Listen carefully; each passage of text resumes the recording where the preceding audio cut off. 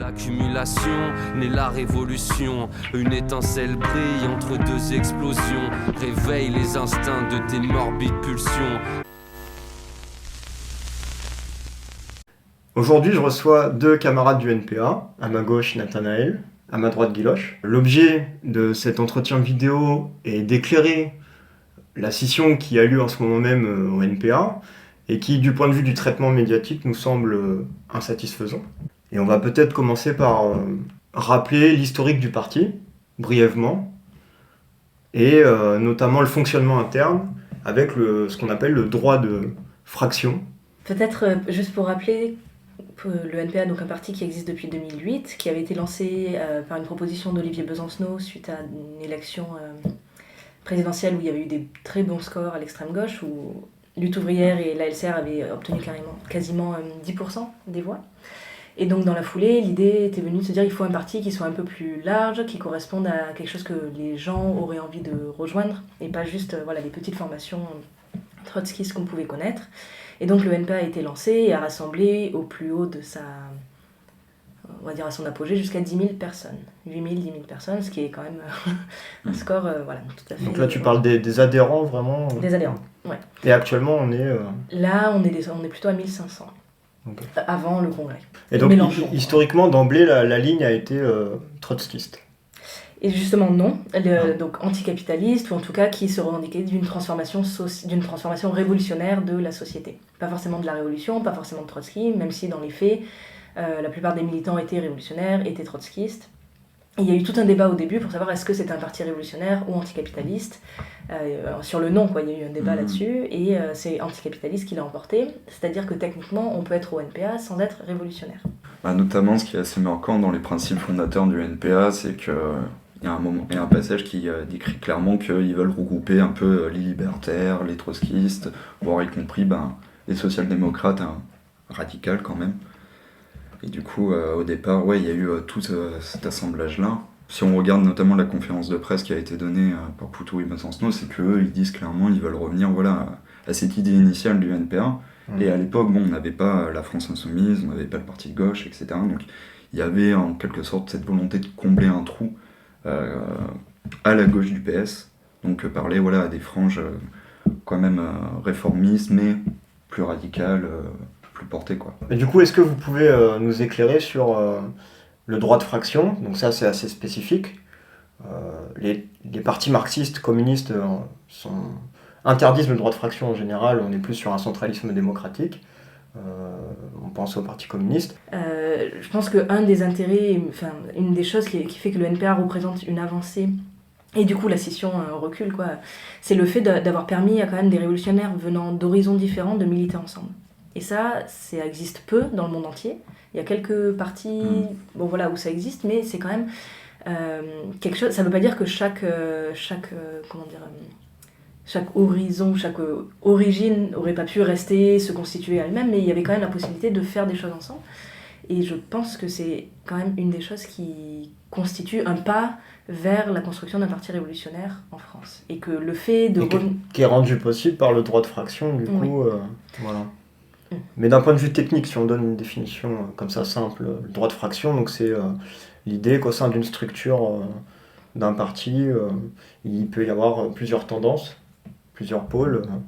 Je ne sais pas, est-ce que vous êtes d'accord avec cette définition? Comment on peut... T'as différentes lignes qui sont ouvertes, voire publiques. Du coup, nous on était fraction publique du NPA. Et après, ça dépend du type d'organisation. Il y a toujours plein de débats là-dessus.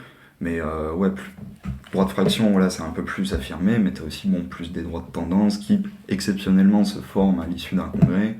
Il y a un débat qui prend place au congrès, et normalement, une fois que le débat est clos, les tendances sont censées se dissoudre. Ça, c'est plutôt la version classique, centraliste démocratique, un peu à l'ancienne, traditionnelle. Sinon, un droit de fraction plus affirmé, c'est qu'en dépit du congrès et de la fin des débats, tu continues... Oui, il continue à y avoir de la contradiction, et il peut y avoir publiquement de la contradiction. Inexistante. Chose qui n'existe pas au Parti communiste, et c'est important de rappeler tout ça. Par exemple. C'est ce qui explique qu'il n'y a jamais eu de critique en interne au Parti communiste dans les médias, Parce que le droit de fraction est interdit, le centralisme démocratique comme principe fait que dès que les décisions sont prises au Congrès, il faut qu'il y ait une action unitaire et un discours unitaire. Voilà, donc c'est une grosse différence entre le NPA et le Parti communiste. Bon, alors est-ce que vous pouvez exposer brièvement le motif officiel de la scission ? Donc je ne sais pas s'il y a un communiqué, est-ce qu'on tient compte de la parole de qui, de quoi. Donc est-ce que vous pouvez expliciter les deux grosses tendances qui se dégagent autour de cette scission, et donc le motif officiel ? Grosso modo, on a la ligne Poutou-Besancenot qui, elle, est dans un rapprochement avec la NUP, avec la France Insoumise, d'autant dans un contexte qu'ils analysent de montée notamment de l'extrême droite, et d'à partir de là partir sur cette idée de front unitaire, de gauche unitaire, ou comme ils disent souvent, de gauche de combat. Donc quand même de faire un rapprochement des appareils, donc du NPA avec le reste de la NUP. Et face à ça, on a le reste d'autres fractions qui se sont regroupées pour malgré tout garder une indépendance vis-à-vis de ça, quoi. Et notamment c'est des crispations, des débats qui sont pas mal apparus suite aux différents événements électoraux, donc présidentiels, législatifs notamment. Du coup, les tendances qui refusent ce rapprochement, quelles sont leurs critiques vis-à-vis de la tendance de Poutou ? Elles ont peur que le NPA se dilue dans... Le désaccord, c'était sur le fait, est-ce que dans la période actuelle, ce dont on a besoin, c'est d'un rapprochement avec des forces qui visent à prendre le pouvoir de manière électorale, de manière institutionnelle, pour gérer gérer les affaires de la bourgeoisie en donnant un peu des illusions sur ce qu'on pourrait réussir à faire dans le cadre d'un système capitaliste en crise ou non.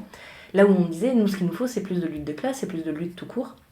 Ce qui ne veut pas dire que les camarades ne défendent pas l'idée que c'est des luttes, mais est-ce qu'on pense que ce qui doit se dégager de ces luttes-là, c'est cette voie institutionnelle ? Enfin, Mélenchon, 1er mai l'année dernière à Lille, il arrive en disant « si vous votez pour moi dans un an, vous allez vous épargner des kilomètres de manifestations ». Est-ce que c'est ça qu'on a envie de défendre ? Ça ne veut pas dire qu'on ne s'adresse qu'à Mélenchon quand on va à l'RFI, bien sûr il y a tous les militants, il y a tout le milieu, mais est-ce qu'on a envie d'attirer ce milieu en se rapprochant des idées défendues ou en disant on a quelque chose de très clair, et il y a énormément de gens qui sont venus au meeting pendant les présidentielles, des jeunes notamment, est-ce qu'on a quelque chose à proposer qui n'est pas plus révolutionnaire, qui n'est pas plus...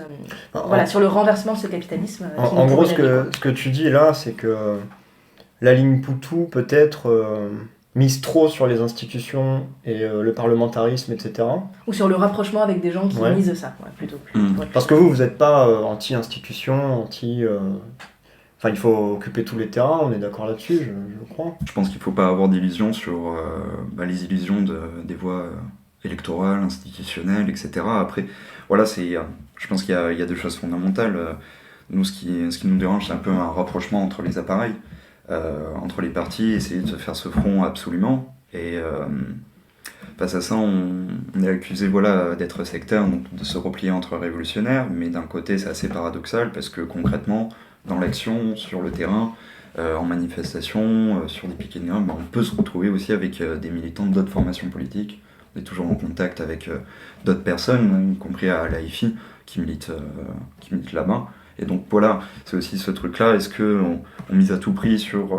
on minimise nos différences et on fait à tout prix un front commun absolument, ou ok, on se rejoint quand même dans la lutte, mais nous on garde notre clarté de révolutionnaire et dire on va se battre quand même face notamment à l'inflation, à l'augmentation des salaires, ok très bien, mais nous ce qu'on dit aussi c'est que ça suffira pas, hein, il faut être plus radical que ça, quoi, et pas s'arrêter à ça, pas s'arrêter à ces illusions-là, quoi. Et est-ce que, j'imagine que Poutou, lui, ce qu'il dit, c'est que on va rejoindre la NUPES, mais on va pas se diluer, on va essayer de garder notre identité. Quelle est leur stratégie, concrètement ? C'est aussi ce qui transparaît de leur conférence de presse là, qu'ils ont donnée suite au congrès. Hein. Bien sûr, ils veulent garder leur identité, etc. Mais ils veulent plus revenir aux principes fondateurs du NPA, et ils le disent clairement à un moment, c'est aussi vouloir parler à l'aile gauche de la base des insoumis. Essayer à partir de là d'espérer d'avoir des militants qui rejoignent à ce moment-là le NPA, sauf que on pourrait émettre des critiques de leur stratégie. Est-ce qu'ils vont vraiment y réussir ou pas, quoi. Ouais. Et c'est possible par ailleurs que ça soit des stratégies qui attirent du monde. C'est plus est-ce que c'est ça qui est juste politiquement pour moi. Est-ce qu'on pense que pour arriver à construire un parti révolutionnaire qui puisse quand même, quand il y a des situations, réagir et mettre en avant les intérêts de la classe ouvrière, enfin au sens très large, classe ouvrière, voilà, des travailleurs, des travailleuses, de tous les gens qui en France font tourner cette société, et qu'on puisse avoir un point de vue internationaliste. Enfin, si on veut garder cette indépendance là aussi, qui à mon avis est quand même vitale pour la construction de notre parti, ça veut pas dire refuser les discussions, mais ça veut dire quand même s'opposer aux positions qui sont données, notamment par Mélenchon, qui a des positions très nationalistes, même y compris à la CGT. Il y a ces positions-là qui sont... moi j'y suis à la CGT, donc c'est pas... Voilà. Mais c'est comment on fait pour avoir ces débats-là, et est-ce que ça se fait pour le faire de manière la plus politique possible, ça veut dire la plus claire et la plus franche sur on n'a pas envie de conforter ces illusions-là, à la fois dans les institutions bourgeoises, et à la fois dans la possibilité que, sans se bagarrer, sans les luttes, sans une lutte d'ensemble, voire même sans la révolution pour renverser le capitalisme, on va arriver à quelque chose qui va être dans notre intérêt. Et ça, il faut quand même qu'on arrive à le dire, qu'on convainque des gens, et à mon avis, il faut être le plus clair là-dessus aussi. Ouais. Là, je vais me faire un peu l'avocat du diable. Si on regarde l'alliance NUPES, on voit qu'il y a quand même une certaine autonomie des différents partis. Il y a de la conflictualité. Tout le monde ne parle pas à l'unisson. Ils essaient de créer de l'unité d'action au sein du Parlement. Ils ont mis en place une espèce de commission ou je sais pas trop quoi pour mener des actions collectives et voilà. Mais ça laisse quand même de la place pour la conflictualité, pour le débat, et ça respecte, j'ai l'impression pour le moment quand même globalement, l'identité de chaque parti. Donc, est-ce que c'est si déconnant que ça, ce que souhaite faire Poutou de ce point de vue? Voilà, je pose la question. Mais je pense que c'est une des conditions qui fait que on peut envisager un rapprochement aussi, c'est que tu vas pas te dissoudre dans quelque chose, ça c'est sûr, mais j'ai envie de dire, il n'y a pas que la NUPES dans la vie, quoi.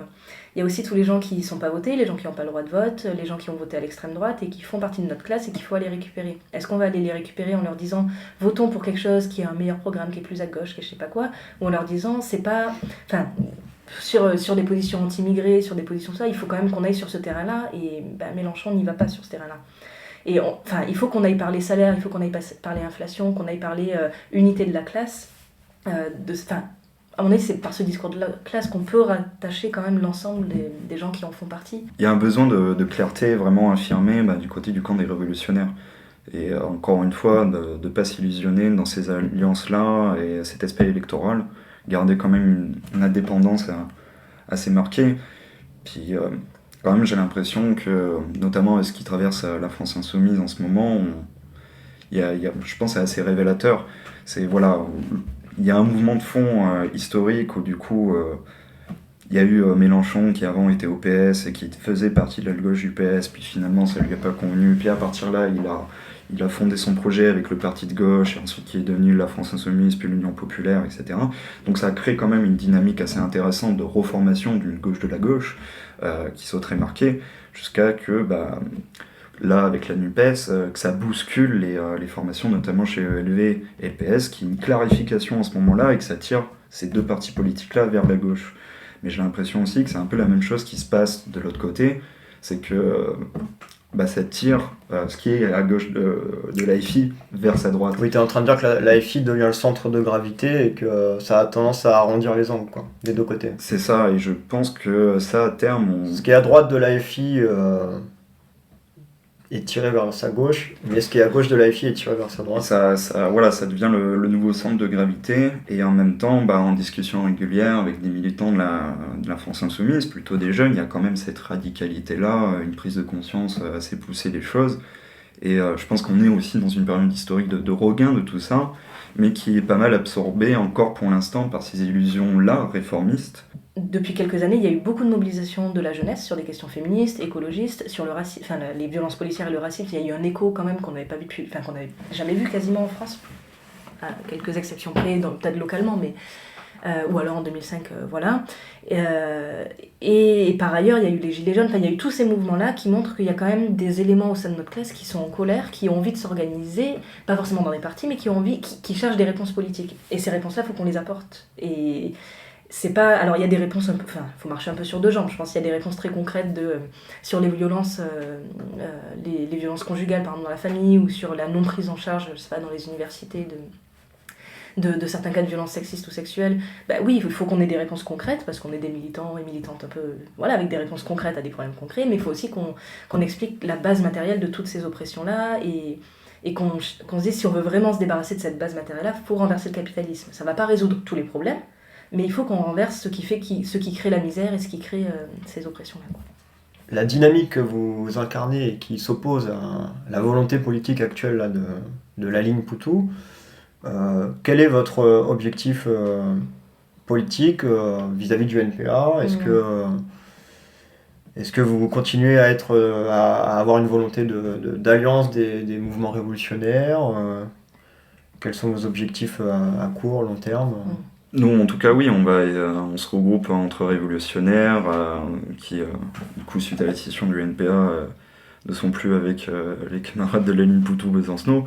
Donc, oui, nous, on va continuer sur cette ligne claire et affirmée. Et puis après, bon, comme tu disais, nous, ça ne nous empêche pas que, aussi, dans l'action, bien sûr, on se retrouve éventuellement sur des mots d'ordre communs, mais qu'en même temps, on va défendre quand même un discours assez marxiste des origines matérielles de tous les problèmes qu'on rencontre. Bien sûr, les augmentations de salaire, mettre en place des mesures institutionnelles, bon, ok, parce qu'il faut bien sûr temporiser la situation, mais au final, aussi interroger radicalement ce système-là, et qu'au final, le levier matériel, l'infrastructure, c'est aussi par là qu'on va pouvoir avoir le plus d'impact sur les transformations nécessaires au niveau de la société. Bon, là, donc on a la ligne de Poutou qui va aller faire cette alliance avec la NUPES et essayer de conquérir, j'imagine, les institutions. Est-ce que vous visez quand même les institutions ? Est-ce que vous voulez présenter des candidats en indépendant ? Est-ce que occasionnellement, au gré des événements et des mobilisations sociales, est-ce que vous êtes prêt à converger avec le reste des tendances réformistes ? Voilà. Le vrai recul après la scission, c'est s'il y a tout un tas de boulots qui sont faits en commun, si ça s'était arrêté. Ça, ce serait encore plus un recul, parce qu'il y a trop de chapelles, de divisions à l'extrême gauche dans le courant révolutionnaire, et ouais, il faut qu'on travaille à l'unité. Je crois que... Je sais pas si... Bon, alors il faudrait demander à Philippe Poutou directement. Je suis pas sûre si son idée c'est de conquérir tant que ça les institutions, plutôt de dire qu'on pourrait... effectivement, on va pas négliger le fait qu'il y a beaucoup de gens qui regardent vers la NUPES et vers ces choses-là. Et c'est plus... Exercer une influence. Ouais, voilà. Et là où je pense qu'il faut aussi exercer une influence, mais c'est de quelle manière. Voilà. Ouais, ok. Donc je pense que oui, alors on n'aura pas à moins qu'il y ait une dissolution bientôt là, de l'Assemblée, mais on risque pas d'avoir d'élection, mais s'il y en avait, oui, il faudrait présenter des candidatures révolutionnaires avec le plus de monde qui a envie de se rattacher à ça, quoi. Enfin, si on avait, même là par exemple au présidentiel, bon, il y avait 2 candidats révolutionnaires, c'est pas très grave, ça fait le double du temps de parole.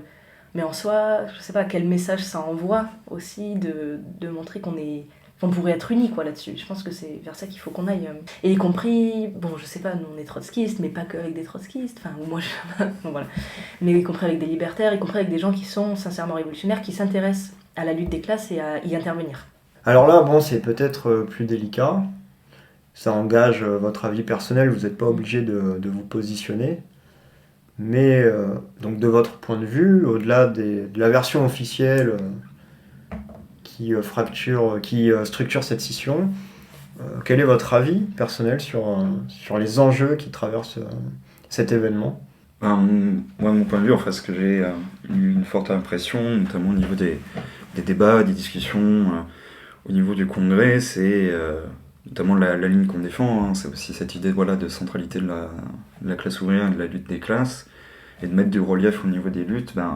On essaie quand même malgré tout de conserver une lecture marxiste des choses, donc avec l'infrastructure, donc le levier matériel pour pouvoir agir sur le réel politiquement de manière concrète, et face à ça une ligne qui est un peu plus sceptique, aussi sans doute parce qu'il y a eu beaucoup de folklorisation, de dévoiement historique, pas qu'au sein du NPR, mais quelque chose qui traverse l'ensemble de la gauche radicale, et qui fait que nous, on arrive avec grande difficulté à se faire comprendre là-dessus. Donc avec tout ça, on se fait accuser d'être ouvriériste, et donc de tout réduire à ça, alors que la vérité, c'est qu'on articule aussi les autres luttes. Ce que tu es en train de dire, c'est que quand tu adoptes une lecture marxiste conséquente, une application des outils théoriques conséquente dans le cadre donc de ce qu'a été le NPA, tu peux être taxé du coup par des membres d'ouvriérisme, de réductionnisme. Il y a de Ça peut poser problème d'appliquer ces outils-là. Pourtant, voilà, il y a beaucoup de camarades qui ont quand même bien défendu ce point, c'est que non, on ne minimise pas les autres luttes, mais c'est une question de stratégie. C'est une question voilà, aussi de radicalité. Bien sûr qu'après, avec d'autres formations politiques, sur des modes d'ordre qu'on va juger pas assez conséquents, on va quand même lutter, se retrouver, on va participer à tout un tas de mobilisations sur plein d'autres sujets avec le reste de la gauche. C'est aussi par la lutte des classes qu'on va avoir un levier très important qui va pouvoir irriguer toutes les autres luttes. Donc c'est de mettre les choses en perspective, en relief, adopter une lecture en profondeur des choses, et face à ça, on a plus... de mon point de vue, une espèce de « ah non, il ne faut pas trop essayer de hiérarchiser, on horizontalise un peu les luttes, il y a un peu...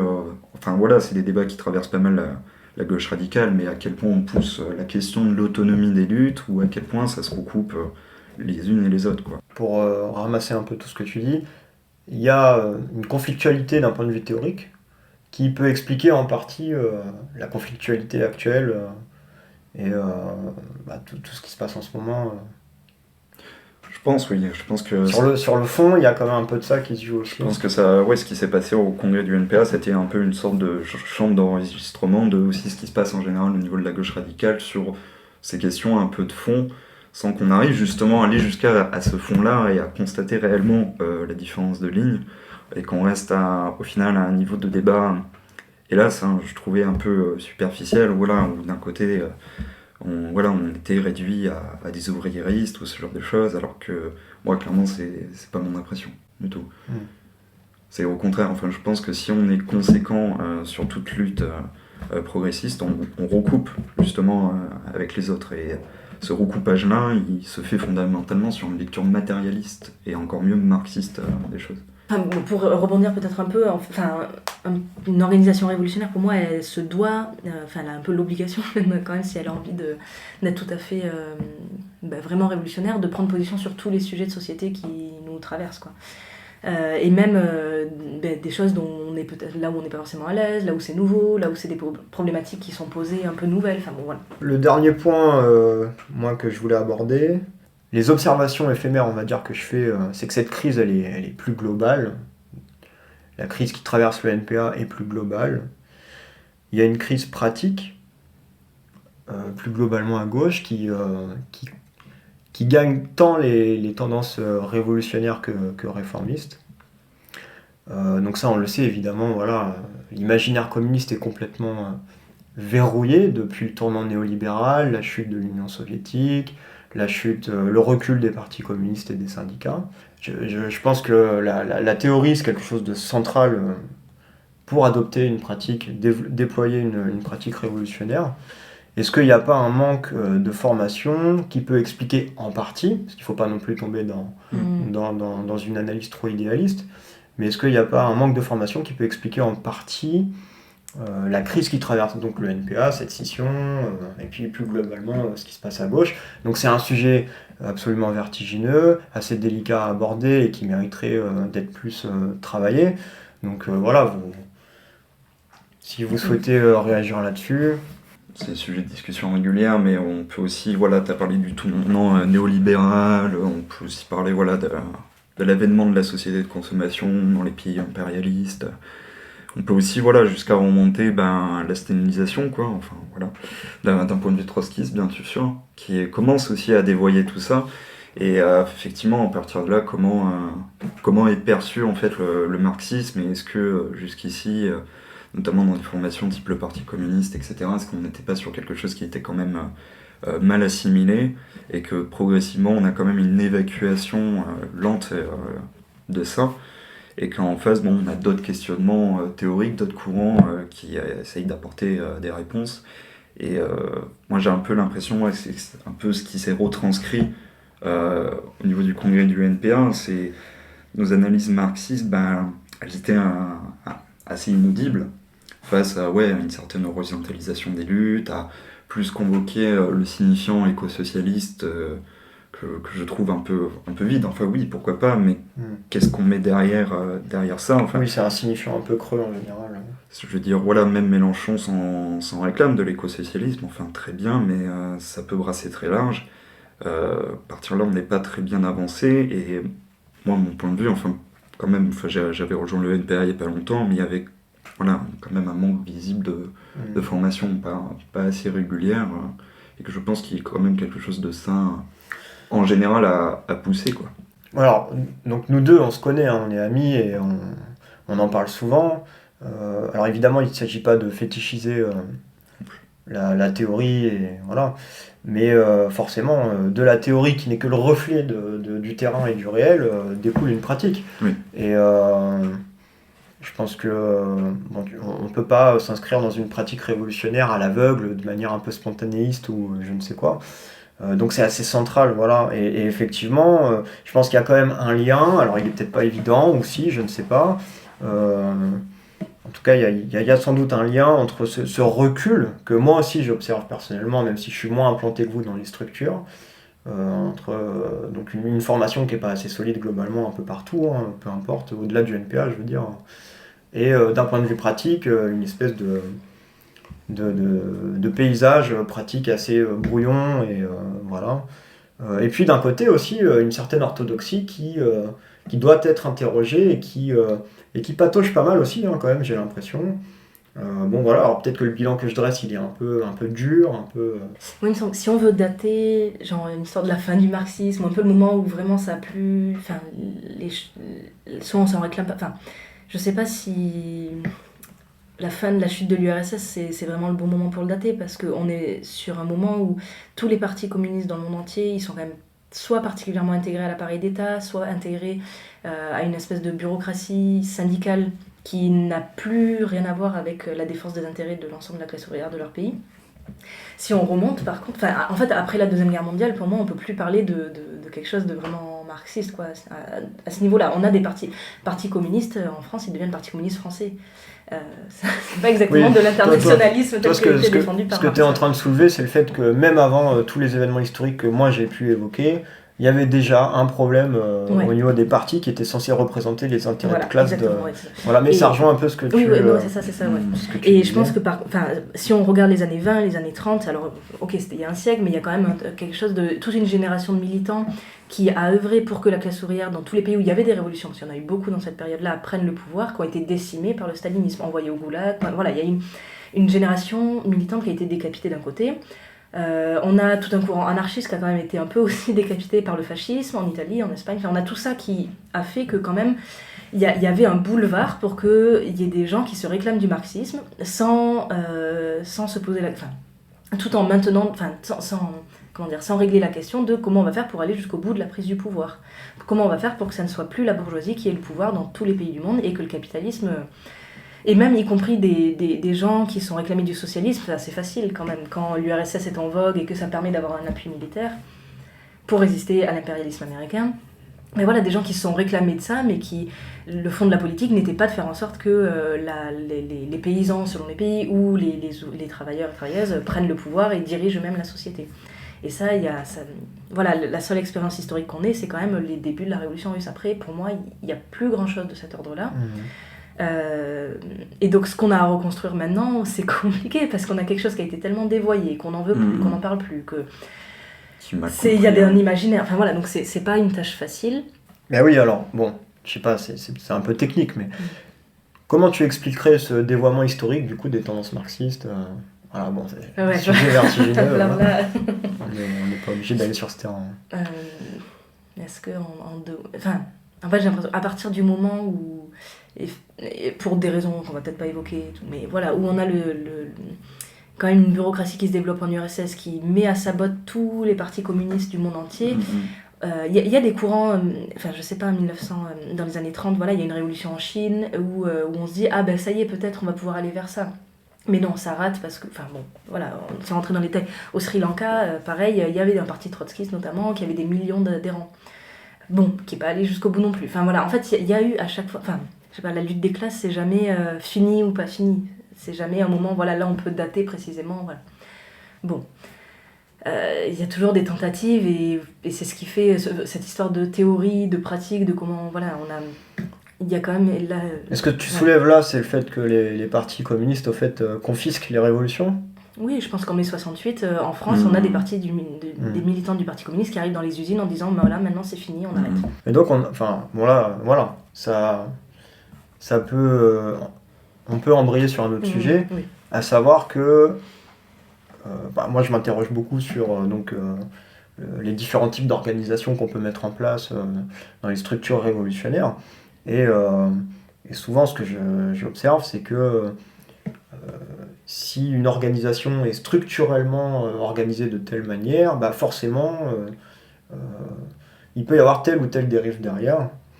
Et donc, on ne peut pas compter sur la bonne volonté des gens et des cadres des organisations. Ce qu'il faut, c'est trouver un fonctionnement avec des leviers qui permettent d'éviter ce genre de dérive, à savoir donc la confiscation. On est en plein dedans, en fait. On observe ça au Parti communiste. On observe les dérives qu'il y a à la FI en ce moment. Elles sont dues à une certaine organisation qui fait que la base n'a pas son mot à dire. On peut aussi faire la même analyse avec les syndicats, notamment dans les pays impérialistes qui petit à petit se sont intégrés à l'appareil d'État et du coup ça a été notamment l'enjeu dernièrement avec toutes les grèves et en fait la pression d'une base syndicale en grève sur ces bureaucraties syndicales et en même temps ces syndicats-là qui voilà, temporisent, finissent par calmer le mouvement et se font valoir auprès de l'État en mode oui, regardez bien que vous avez besoin de nous pour calmer ces mouvements-là. Et je pense oui, il y a une question, oui, bien sûr, à la fois très assez théorique, oui, de quel type d'organisation, et je pense que aussi très fondamentalement, ça reste une question de pratique. C'est voilà, fondamentalement, il faut que la base soit mobilisée et soit active et s'approprie des outils qui soient quand même démocratiques pour quand même faire pression sur toute direction qui en émerge. Parce que bon, les trotskistes, donc on pense quand même qu'il y a une nécessité d'organisation assez importante qui peut avoir son potentiel de dérive, mais du moment que la base est active, mobilisée, elle peut faire pression sur cette verticalité-là. On aura beau performer de la manière la plus optimale et trouver les formes d'organisation les plus adéquates, si la base, les travailleurs s'emparent pas de ces outils-là, c'est compliqué. Et donc là, on en revient au mouvement concret, matériel. Voilà, ça c'est pas le tout ça fait pas tout d'être hyper carré d'un point de vue théorique, organisationnel, etc. Il y a avant tout des mouvements concrets, historiques, qui vont dans une direction ou une autre, qui s'opposent et qui créent un mouvement, et ce mouvement va pas trop dans notre sens pour l'instant. Sur les histoires organisationnelles, le parti qu'il faut, c'est quand même qu'il soit large, c'est une chose, mais qu'il soit aussi implanté dans la classe ouvrière, qu'il en vienne directement de là. Parce que c'est vrai que l'extrême gauche est quand même composée beaucoup de personnes d'un certain milieu, qu'on pourrait appeler petits bourgeois, et c'est comment... Parce qu'il y a des tendances historiques un peu à ça, et ça c'est... même si on prend tous les dirigeants historiques du marxisme qui ont suivi, c'est quand même rarement des personnes qui sont directement ouvrières de base, quoi. Ça veut pas dire que... Le parti qu'on doit chercher à construire, c'est quand même un parti qui ne représente pas ce milieu social-là, mais qui représente bien l'ensemble des travailleurs et des travailleuses et qui cherche à défendre leurs intérêts et à militer en leur sein. Ça, c'est une chose. Et du coup, quand en tant que révolutionnaire, pour le coup, quel que soit individuellement notre milieu d'origine, quand on intervient dans des luttes, je crois que c'est comment on arrive aussi à faire en sorte que il y a une organisation démocratique. Du coup, c'est pas reproduire ce qui se fait, ce qu'on ferait à l'intérieur du parti, je crois que c'est deux choses différentes, mais par exemple, une chose que je défendrais dans les grèves, pourquoi les syndicats devraient forcément, ou pourquoi les délégués syndicaux devraient forcément être les seuls interlocuteurs du patron? Pourquoi ça doit être à eux de prendre toutes les décisions? On a tellement l'habitude de tout déléguer au syndicat qu'on ne questionne plus ça, on l'a jamais trop questionné. Mais pourquoi on ne pourrait pas envisager qu'il y ait des comités de grève qu'il y ait quelque chose qui soit élu, qui soit dirigé directement par les grévistes eux-mêmes. Encore une fois, voilà, j'en reviens à Lucien Sèvres que je suis en train de découvrir et de lire, et là je vais préparer donc une petite lecture assez sympa sur la chaîne. Il interroge la forme parti communiste, et il dit à partir du moment où une structure révolutionnaire confisque la prise de décision à la base aux travailleurs, on est déjà dans un processus aliénant.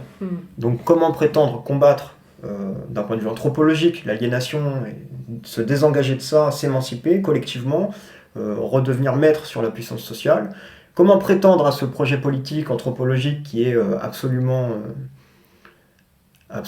ambitieux, en mettant en place, via la médiation d'une structure révolutionnaire qui est aliénante, avec les bases et les travailleurs, et voilà, il y a là une contradiction, ce qui fait qu'il est critique du Parti communiste, du centralisme démocratique, comme on a pu le connaître historiquement, etc. Voilà, et donc je pense que actuellement il y a un gros travail, un gros chantier théorico-pratique à mener sur ces questions-là, et répondre à ces questions-là, c'est peut-être commencer à trouver un début de solution à la crise actuelle globale qui traverse la gauche et des tendances aussi bien réformistes que révolutionnaires.